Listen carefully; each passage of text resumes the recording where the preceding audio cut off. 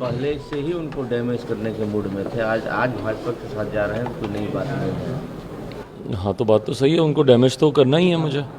ये बात तो मैंने पहले से ही कही है भाई, मैं उनकी नीतियों का मैं विरोधी रहा हूँ और मैं मानता हूँ, और ये सत्य है, शाश्वत सत्य है।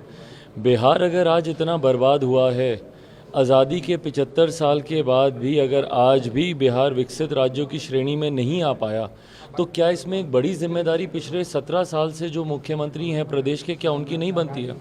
आज आप मुझे बताइए, मेरे मुख्यमंत्री नीतीश कुमार जी की बिहार के विकास को लेकर क्या योजना है?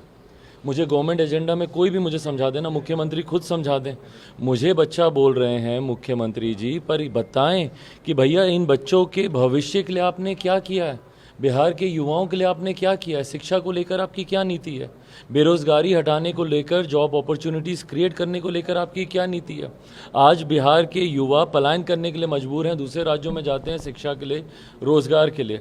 आप बताएं मुख्यमंत्री जी कि बिहार में आपने आईटी सेक्टर लगे, उसके लिए आपने क्या क्या पॉलिसीज़ आपने ड्राफ्ट की हैं। यहाँ पर आकर उद्योग लगे, इंडस्ट्रियलाइजेशन हो, उसके लिए सिंगल विंडो क्लियरेंसेस या ईज़ ऑफ बिजनेस को लेके आपने क्या अपॉर्चुनिटीज़ आपने क्रिएट की हैं, क्या आपकी पॉलिसीज़ हैं। भाई हर बात पर चिराग पासवान को सिर्फ कोसते रहना कि इसको कुछ आता है, कुछ जानता है, बच्चा उससे नहीं होने वाला मुख्यमंत्री जी। और क्यों विरोध है आपको युवाओं से इतना ज़्यादा, क्यों आप आपको मचती है युवाओं को लेकर? आज आप चिराग पासवान को आप बच्चा बोल रहे हैं, बट कभी ना कभी मुख्यमंत्री जी, जब आपने भी राजनीति की शुरुआत की थी, आप भी बच्चा ही थे। आप खुद गिनाते भुनाते नहीं थकते कि मैं छात्र आंदोलन से निकला हूँ, मैं छात्र आंदोलन से निकला हूँ, जेपी के वक्त हम लोग छात्र आंदोलन में थे। भाई मेरे खुद के पिताजी छात्र आंदोलन से निकले हैं, मेरे खुद के पिताजी जेपी के साथ उन्होंने छात्र आंदोलन में उन्होंने हिस्सा लिया है, और उसी से मुख्यमंत्री नीतीश कुमार जी भी निकले हैं। तो आज आपको जो बच्चा दिखता है, आप अपना अतीत काहे के लिए भूल जाते हैं भैया? आप भी वहीं से निकल कर, और मैं मानता हूं यकीनन, मैं आपका श्रेय नहीं ले रहा, आपने संघर्ष किया होगा और आप यहाँ तक आप पहुँचे हैं, पर बिहार के बाकी युवा को आप इतनी हीन भावना से क्यों देखते हैं?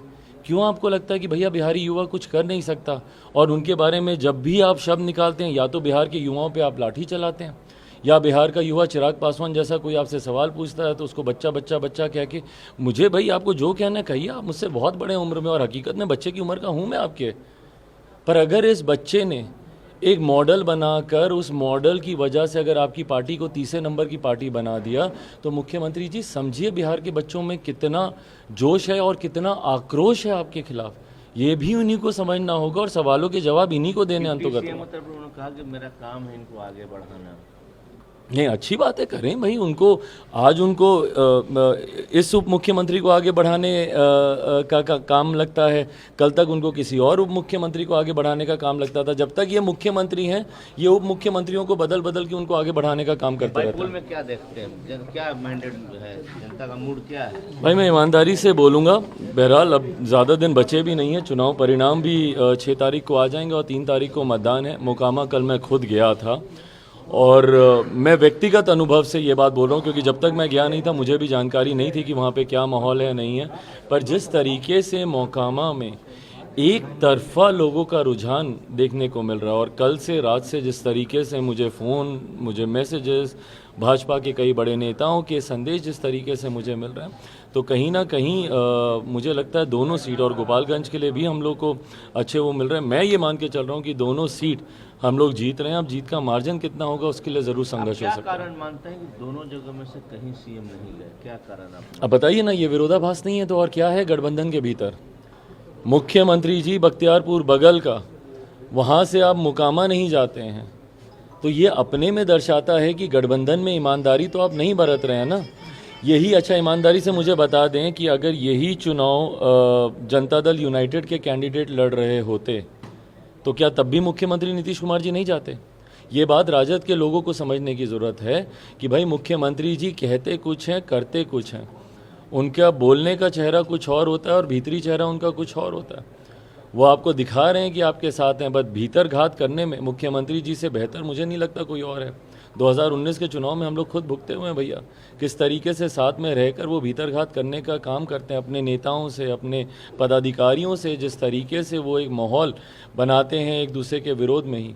और गठबंधन को ही धोखा देने का काम करते हैं। ऐसे में मुझे कोई भी बता दे कि भैया अगर जनता दल यूनाइटेड का प्रत्याशी वहाँ पे चुनाव लड़ रहा होता, अगर तीर छाप वहाँ पे होता, तो क्या तब भी मुख्यमंत्री नीतीश कुमार जी नहीं जाते? मुख्यमंत्री जी को डर है भाई, गणित समझने की ज़रूरत है। मुख्यमंत्री जी चाहते हैं कि दोनों सीटें राजद हारे, क्योंकि यही 2 सीटों की कमी राजद को पड़ रही है बहुमत में आने के लिए। अगर आप संख्या बल देखें, मांझी जी की पार्टी के विधायक, कांग्रेस के विधायक मिला दें, आप CPI CPM के विधायक अगर आप मिला दें, तो महज 2-3 सीटें ही इनको कम पड़ रही हैं राजद को अपनी सरकार बनाने के लिए। तो अगर वो 2 सीटें भी अगर इनके पास चली जाती हैं तो मुख्यमंत्री जी की कोई पूछ उस गठबंधन में होगी नहीं। इसी डर से, और अभी तो ये 2 ही उपचुनाव हैं, अभी तो कुर्नी का भी एक उपचुनाव आना है, तो ऐसे में अगर पूरा बहुमत अगर महागठबंधन में राष्ट्रीय जनता दल को अगर मिल गया तो उसके बाद जनता दल यूनाइटेड को पूछेगा कौन? तो ये भी एक डर है जिसमें भीतरघात करने का प्रयास मुख्यमंत्री कर रहे हैं। आपसे एक सवाल पूछ रही है कि अचानक बीजेपी प्रेम कैसे आपका सामने आ गया? जेडीयू कैसे पूछ रही है मुझसे ये सवाल? क्योंकि जेडीयू तो निरंतरता में कहती रही है कि मेरा तो बीजेपी प्रेम रहा ही है, वो तो हमेशा बोलती रही है। और हकीकत है भाई, मैंने हमेशा इस बात को कहा है कि मेरे लिए बिहार हित से ऊपर कुछ नहीं है, राज्य हित से बढ़कर मेरे लिए कुछ भी नहीं है। और जब जब जो फैसले मेरे नेता ने लिए हों या चिराग पासवान ने लिए हों, वो उससे बिहार हित में मैंने लिया। अगर मुझे व्यक्तिगत हित देखना होता भाई, मैं 2020 का चुनाव गठबंधन में लड़ता, जितनी सीटों पे लड़ता उतनी सीटें मैं जीतता, केंद्र में मंत्री होता, बिहार में मेरे मंत्री होते, पर ये व्यक्तिगत हित होता। पर मेरा राज्य हित ये कहता है कि मैं मुख्यमंत्री जी की नीतियों की खिलाफत करता हूं। अगर मुझे नहीं विश्वास है मुख्यमंत्री जी की नीतियों पे, तो मैं उसके खिलाफ रहूंगा, और मैं रहा 2020 में भी। आज भी मैं पुनः कहता हूं कि जब तक मेरे प्रदेश के मुख्यमंत्री नीतीश कुमार हैं, एकमात्र व्यक्ति और एकमात्र पार्टी जिससे मेरा विरोध निरंतरता में था और रहेगा, वो मुख्यमंत्री नीतीश कुमार जी से ही है। और जब तक उनको मुख्यमंत्री पद की कुर्सी से हटा नहीं लूँगा, तब तक मैं भी चैन की सांस नहीं लूँगा।